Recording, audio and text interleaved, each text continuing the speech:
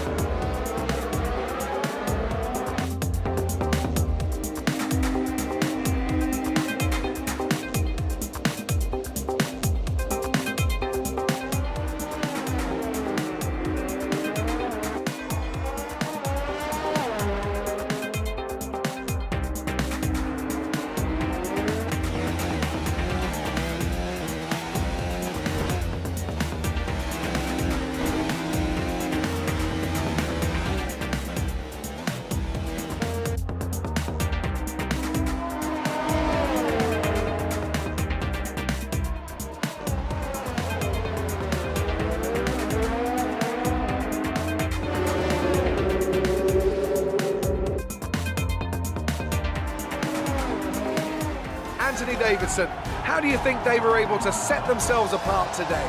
Well, time management probably played quite a large role in the outcome of this one. As ever, it's not just about speed, it's all about maintaining that speed consistently over a stint, over a race distance. So being able to keep up the lap times while still being smooth on the controls and gentle on the tyres, that's really where the race was won today. Red Bull put up an outstanding fight for the front position today, and it's great to see it paid off for them. They do so much for the sport that you can't help but be delighted by today's race win.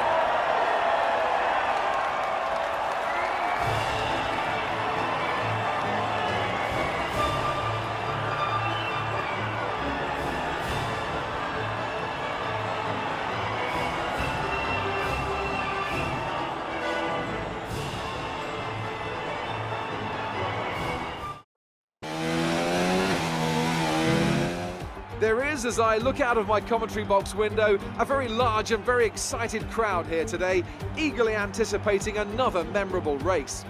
Lewis Hamilton took his maiden win on this circuit in 2007.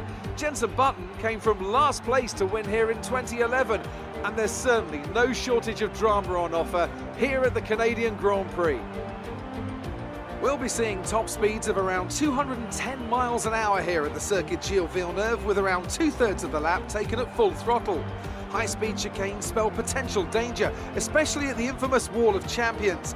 And watch out for overtaking into the hairpin and the final chicane.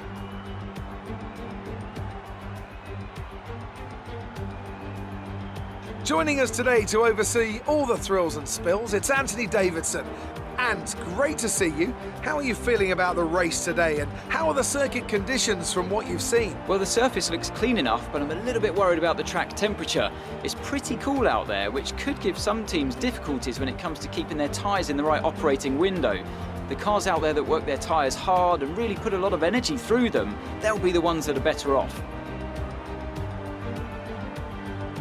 Off the back of a...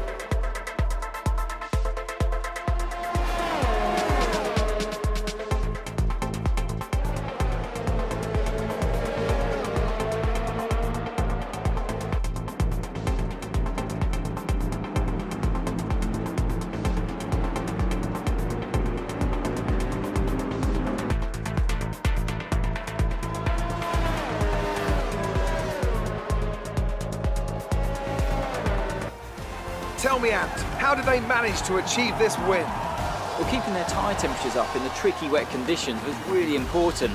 There's not much grip out there at the best of times, and it's 10 times worse if you're out there on cold tyres.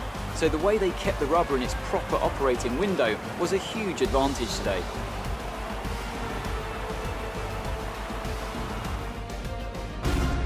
Red Bull are our winners today after showcasing some incredible driving.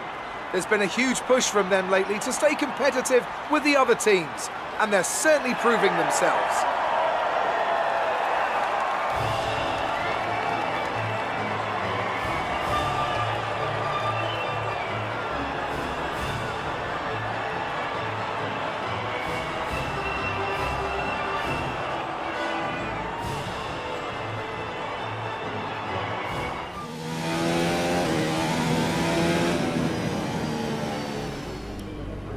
They didn't like those turns. Let's try again.